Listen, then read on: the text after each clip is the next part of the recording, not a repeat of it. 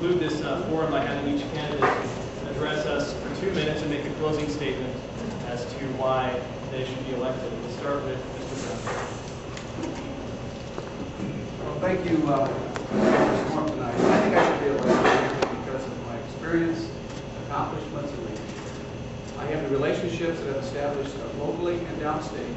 I understand how the processes work. I mentioned that my values very much trust clear and transparent processes. I think it's critical. I think we bring people into the mix of government by having clear and transparent processes.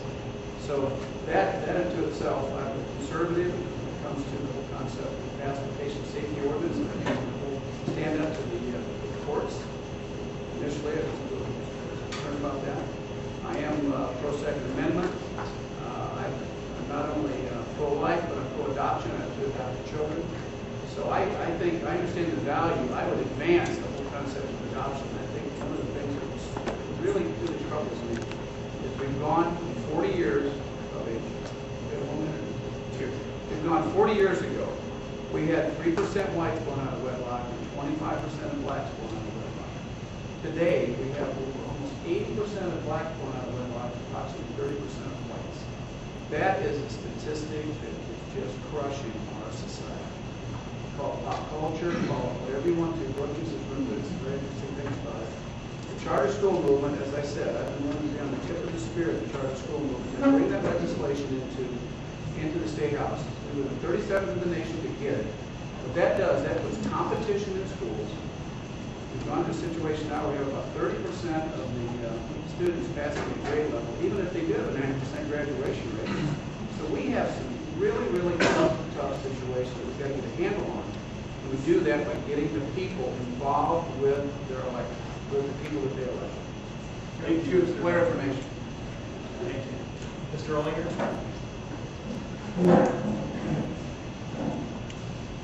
I think adoption is an issue that needs to be taken up on the state level.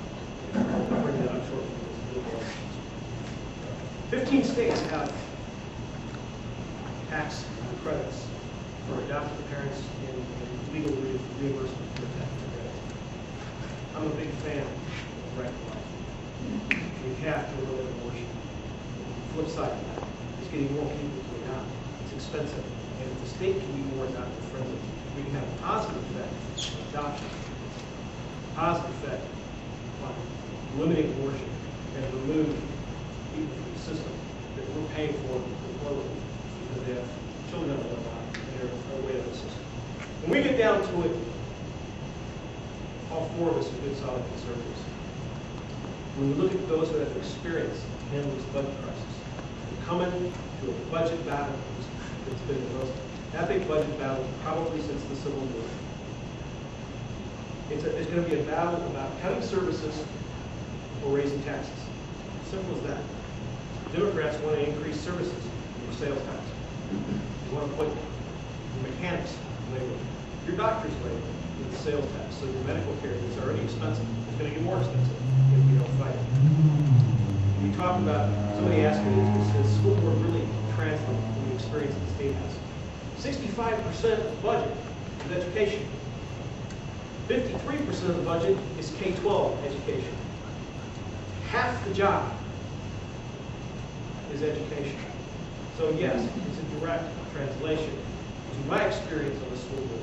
And when you look at who has the most experience fighting the battles, fighting the tax, overtaxing, it's me. Thank you. Mr. Morris? Thanks again to Councilman Harper for having this event this evening. This has been great moving through these issues with each one of you. As I stated earlier, life begins at conception and ends at natural death. Government does a few things well, and it intends to do many things it shouldn't do at all.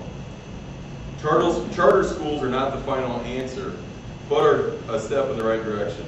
Without real competition in the arena of education, who are the winners? The teachers and the teachers union, the ISTA. Who are the losers? The taxpayers. Who are the biggest losers? The children, especially those with desire and ability in the poorest of areas. Government cannot create wealth, and it cannot create jobs. Wealth and jobs are created in the private sector. People who make their living in government hate this truth, but they cannot change it. And finally, if we are smart, we will understand that almost every issue either strengthens families or weakens families, and thus is pro-life or isn't pro-life. Think about it. An environment where taxes are low and citizens keep more discretionary income is good for families and is pro-life. Families are stronger when they can make choices freely about their children's education. This is pro-family and pro-life. If the government stops doing the things that churches are better at doing, churches become stronger. This is pro-family and very pro-life. Life begins in the family with God.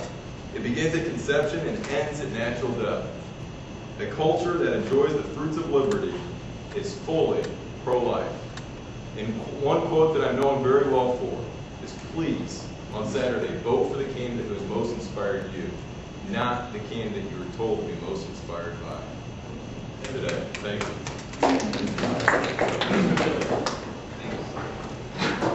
The last decade, my entire professional life, spending right to life, protecting your Second Amendment rights, trying to work to keep the government out of business.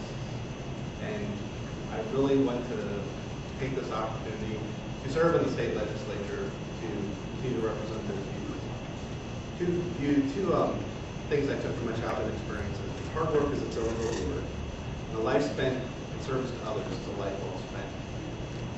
I've learned the impetus for service. This comes from my outgrowth of my spiritual beliefs. Finding ways to serve others, to share knowledge, get answers to questions is something that comes very naturally. I think it's why I was attracted to study journalism when I was in college. I know it's why I sought an opportunity to be an intern in the congressional office. And I believe that it will make me the best choice for state representative for this community. I know I'm convinced. Recent events prove that no matter how strong we think we are on our own, anyone can fall. I don't plan to run for any other office. I basically decided to check out of politics. And only after a number of people reached out to me to consider this that I give it any real serious thought. My goal is to serve this community.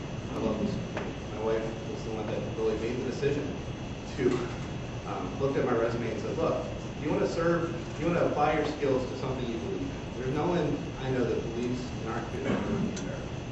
So that's when we made the decision to run. This is my home, and I want to serve it the best way I can. I want to thank you all for coming out tonight. I appreciate your patience. Well, it's 2 hours, a lot of communication between us, but I know that it'll help you guys make the right choice for our community and the right choice for our city.